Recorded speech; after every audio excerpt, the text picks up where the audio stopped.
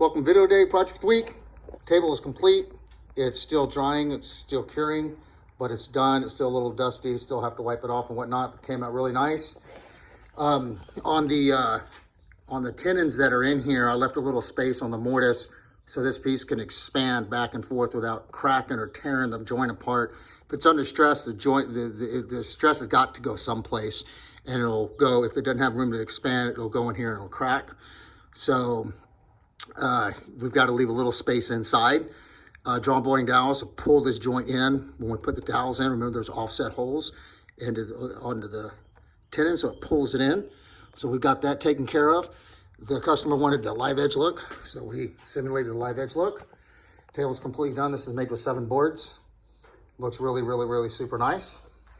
Underneath the table, we have these Z-clips or table fasteners, and this allows the table to expand back and forth because it's going to move like this. So it has to slide. And I've given some room on this side so when it expands, it can push this in, because if you don't, this will completely crack. They opted to go with the metal brackets. Well, I opted to go with the metal brackets because that's going to save them a lot of money.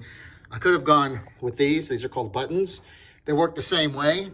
You put a dowel in there and you push the dowel, in the hole like this, and you attach it the same way.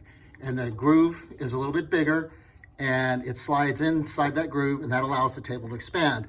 But to save the customer some money, I went with the metal ones instead of the wooden buttons. So what happens, say this is underneath the table and then a groove, and this is the bottom of the table. The table's going to want to move this way. If it's quarter sawn, it's not going to move as much, but it'll still move.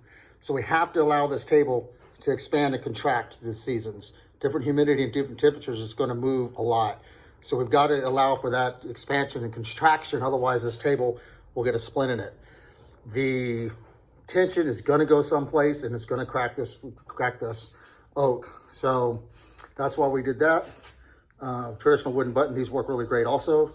You can see how the grain is on that, so it gives it a little bit of structural integrity. So there you go. Table 100%. Hopefully deliver this weekend if it's dry enough to move. I don't know if it's dry enough to transport, but it's dry enough to the touch. I mean, there's dust on it, it just wipes off. Here we go. Looking really, really, really, really cool.